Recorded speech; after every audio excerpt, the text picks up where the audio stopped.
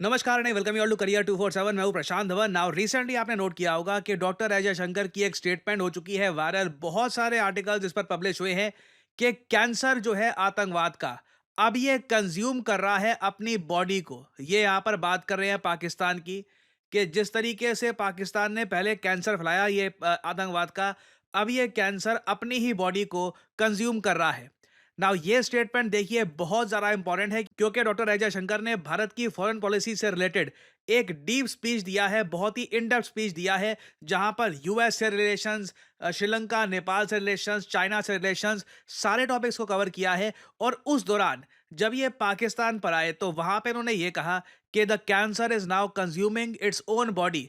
Now यहाँ पे आपको समझना होगा, ये स्टेटमेंट बस रैंडमली नहीं दी गई है। पाकिस्तान में पिछले कुछ सालों में हमने देखा है कि जेन्युइनली आतंकवाद में एक सडन राइज आया है। ये बात देखिए, पाकिस्तान में जो एक इंस्टीट्यूट है, Pakistan institute for piece studies, इसने भी रिसेंटली ये बात कही है, rising terrorism predicts serious situation ahead. Pakistan के लिए बहुत सारे चैलेंजेस आने वाले हैं क्योंकि इंटरनली भी बहुत सारे जो इनके ग्रुप्स हैं ये आउट ऑफ कंट्रोल हो रहे हैं, और साथ ही साथ अफगानिस्तान के साथ पाकिस्तान की जो सिचुएशन लगातार खराब हो रही है, इसकी वजह से भी पाकिस्तान में ओवरऑल कंडीशन खराब होगी। और जब देखिए पाकिस्तान में रेडिकलाइजेशन बहुत ज़्यादा फैलेगी, इसका कहीं ना कहीं इम्पैक्ट इंडिया पे भी आपको देखने को मिलेगा। For example, recently India today ने एक ऑपरेशन किया ऑनलाइन, और इनको ये पता लगा कि एक पाकिस्तान बेस्ड आतंकवादी संगठन है, इसने एक नया इनिशिएटिव स्टार्ट कर दिया है, रीबिल्ड बाबरी मस्जिद के। बाबरी मस्जिद को ये लोग फिर से रीबिल्ड करेंगे। इससे रिलेटेड ऑनलाइन बहुत सारा कंटेंट ये फैला रहे हैं, और जैसे जैसे देखिए पाकिस्तान में आतंकवाद बढ़ेगा, इसका कहीं ना कहीं इम्पैक्ट आप भारत पर भी होता हुआ देखेंगे। नाउ जयशंकर साहब ने अपने स्पीच में स्पेसिफिकली कहा क्या है, ये मैं आपको दिखाता हूं। कुछ सेकंड्स की वीडियो है, ये मैं चाहता हूं आप लोग देखें। Pakistan remains the exception in our neighborhood in view of its support for cross-border terrorism. And that cancer is now consuming its own body politic. Obviously, the entire subcontinent has a shared interest in Pakistan abjuring that approach. Now इस छोटी सी line का देखिए बहुत ही deep impact है, और आने वाले समय में मैं आपको ये बता दूं, पाकिस्तान सिंस बहुत बड़े क्रिकेटिंग टूर्नामेंट्स भी होस्ट करने वाला है। पाकिस्तान में जो ये राइज ऑफ टेररिज्म है ना, ये एक ग्लोबल इशू भी बन सकता है। इस टॉपिक पे ओआरएफ पर सुशांत सुरेन ने एक बहुत अच्छा आर्टिकल पब्लिश किया था, यहाँ पे आप देख पाओगे पाकिस्तान अफगान डायलेमा। जो पाकिस्तान की अफगानिस्तान में पॉलिसी थी कि इन लोगों ने इनिशियली सोचा कि डेमोक्रेटिक गवर्नमेंट को क्या सपोर्ट करना, जो तालिबान है उसको ही सपोर्ट करते हैं स्टार्टिंग से। पाकिस्तान को उम्मीद थी कि इससे इनको काफ़ी बेनिफिट मिलेगा, मगर देखिए इसका जो रिजल्ट है, this is the worst result Pakistan could have expected. आप अगर ओवरऑल इंसिडेंट्स देखो ना, 2020-21 में तालिबान में वापस पावर में आ गया था। तब से आप देखो लगातार, चाहे नंबर ऑफ इंसिडेंट्स हो, किल्ड हो, इंजर्ड हो, सारे नंबर्स लगातार ऊपर जाते जा रहे हैं, और लग रहा है कि ये पूरा जो कर्व है ये अभी और ऊपर जाएगा। और सबसे फनी बात यहाँ पर यह है, पाकिस्तान में जो स्थिति है ना, ये देखते हुए रिसेंटली व्हाइट हाउस के जो स्पोक्समैन है, इनकी जो टर्म है ये भी खत्म होने वाली है बहुत जल्द। इनसे जब एक जर्नलिस्ट ने पूछा कि क्या यूएसए जेन्युइनली पाकिस्तान का जो नॉन नेटो एलाई स्टाटस है इसको खत्म कर देगा, इसके जवाब में इन्होंने ये कहा, देखो पहली बात तो ना, पाकिस्तान कभी हमारा टेक्निकल एलाई था ही नहीं। मतलब जो कई दशकों की दोनों की पार्टनरशिप थी, लिटरली यूएसए ने कई बार पाकिस्तान को एक एलाई बुलाया था अगेंस्ट यूएसएसआर। सब कुछ भुलाकर, ऑल टुगेदर आप कह लीजिए हिस्ट्री इरेज करके, ओपनली व्हाइट हाउस ने यह कह दिया Pakistan was never a technical ally of USA. Partnership रही होगी कुछ जगह, मगर कभी टेक्निकल एलाई यूएसए का था नहीं। और आप देखोगे अंडर डोनाल्ड ट्रंप पाकिस्तान और यूएस के रिलेशंस इंप्रूव नहीं होने वाले। अभी रिसेंटली न्यूज आई है कि इमरान खान को पाकिस्तान में 14 साल की सजा दे दी गई है लैंड करप्शन केस में। इमरान खान पे ना देखिए, इन्होंने इतने केसेस ढूंढ ढूंढ के लगाए हैं कि काफी बार ताजुब होता है, अच्छा ये केस भी था इनके अगेंस्ट, ये केस भी था। अचानक से आप कह लीजिए सडनली इतने सारे केसेस आ गए हैं, और इंश्योर किया गया है कि इमरान खान जब तक जिंदा है तब तक कभी भी पाकिस्तान की पॉलिटिक्स में वापस ओपनली इन्वॉल्व ना हो पाए। और देखिए मेरे हिसाब से अगर पाकिस्तान के रिलेशंस यूएसए के साथ कुछ हद तक नॉर्मलाइज कोई नेता कर सकता है अंडर डोनाल्ड ट्रंप, वो इमरान खान है। वो उन्होंने जेल में डाल रखी हैं, तो मुझे लगता नहीं है कि यूएस पाकिस्तान के रिलेशंस भी इंप्रूव होने वाले हैं।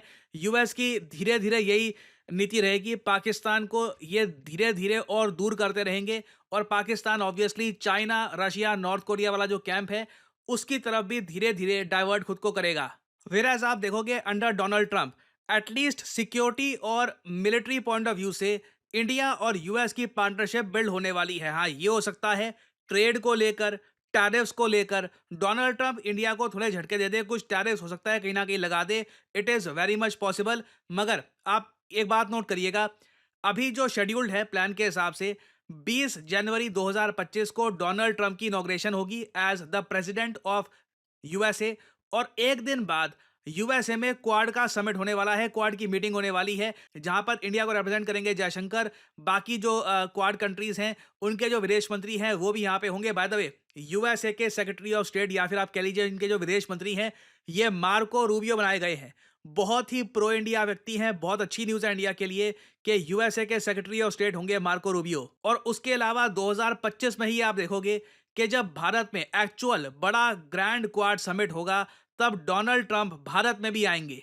तो I think this is pretty good for India. और इंडिया ने यहाँ पर बहुत सही टाइम पर एक बहुत ही इंपॉर्टेंट ट्रुथ दुनिया के सामने रखना स्टार्ट कर दिया है कि पाकिस्तान देखिए धीरे धीरे अपने डाउनफॉल, अपने डिक्लाइन की तरफ अब बढ़ना शुरू हो चुका है। जो कैंसर था आतंकवाद का, जो अपनी बॉडी पॉलिटिक थी, इसको कंज्यूम करना स्टार्ट कर दिया है और इसके रिजल्ट आपको देखने को मिलेंगे मोस्ट प्रोबब्ली आने वाले कुछ सालों में। तो इस टॉपिक से रिलेटेड ऑफ कोर्स कुछ अपडेट्स आती है इन द फ्यूचर, मैं आपके लिए अपडेटेड वीडियोस लाता रहूंगा। और फाइनली आप लोगों से यहाँ पे मैं एक सवाल पूछूंगा। देखिए, रिसेंटली ला पेरूस ये काफी हद तक न्यूज में है। आपको यहाँ पर यह बताना है कि ला पेरूस, जिसको रिसेंटली भारत ने कर लिया है ज्वाइन, आखिर ये है क्या? ये है यहाँ पे आपकी ऑप्शंस। क्या ये एक स्पेस मिशन है? क्या ये एक युद्ध अभ्यास है? क्या ये कोई क्लाइमेट समिट है या फिर none of the above? Comment section में करिए उत्तर। जो लोग देंगे सही आंसर उनकी कमेंट को मैं दे दूंगा हार्ट, ताकि बाकी लोग समझ पाएं कि सही उत्तर क्या है। और फाइनली आप लोगों के लिए एक बहुत ही इंपॉर्टेंट मैसेज। देखिए, कई लोग पूछते हैं काफी बार कि मैं कौन सा स्किल सेट अक्वायर करूं, मुझे अपने करियर में तरक्की करनी है, ज्यादा कमाना है, एक्चुअली कमाना शुरू करना है, ग्रेजुएशन कर ली है, अभी तक लाइफ में कुछ कमा नहीं पाया, पहली जॉब स्टार्ट करनी है, व्हाट शुड आई डू?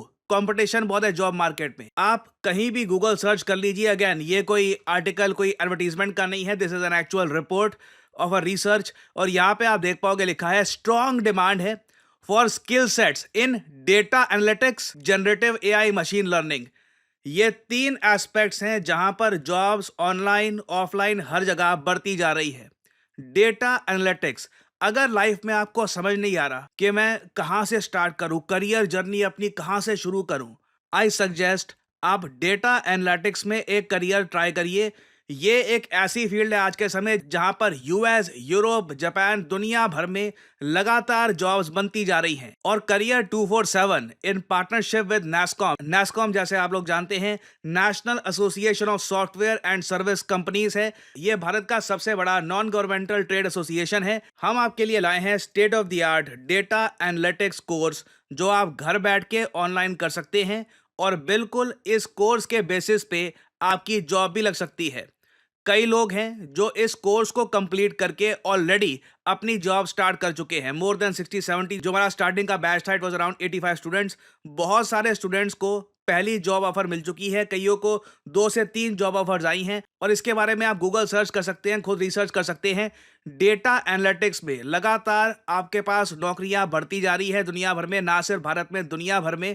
और एवरेज सीटीसी यहाँ पे रहता है 8 लाख रुपए साल के। Highest CTC of course 32-33 lakh रुपए साल के भी जा सकते हैं। वो ऑफ कोर्स डिपेंड करता है कि आप साथ साथ में कौन कौन सी स्किल्स एक्वायर करते हैं। जो टूल्स हम आपको सिखाएंगे इस कोर्स में, ये आपके सामने है। SQL, Excel, pandas, Amazon Web Service, Power BI, इन सब का आपको प्रॉपर मास्टर बना दिया जाएगा। You will learn all these tools. साथ ही साथ आप प्रोजेक्ट्स पर भी काम करेंगे। ऐसा नहीं है कि बस क्लास हो गई आपके सामने और आप देख रहे हो अच्छा ठीक है मैं डेटा एनालिस्ट बन गया। हम आपको प्रोजेक्ट्स भी करवाएंगे ताकि जो नॉलेज आपको आ रही है उसको यूज कैसे करना है वो भी आप सीख पाए। आप वर्ल्ड बैंक डेटाबेस का एक प्रोजेक्ट होगा, इस पे काम करेंगे। वेब स्क्रैपर का प्रोजेक्ट होगा, बाइक रेंटल डेटा एनालिटिक्स का एक प्रोजेक्ट होगा, ताकि आप जेन्युइनली समझ पाएं कि किस तरीके से आपको अपना ज्ञान इस्तेमाल करना है एक एक्चुअल जॉब में। साथ ही साथ देखिए, ये कोर्स परचेज करते ही 200 से भी ज्यादा स्किलिंग कोर्सेज का आपको एक्सेस मिल जाएगा।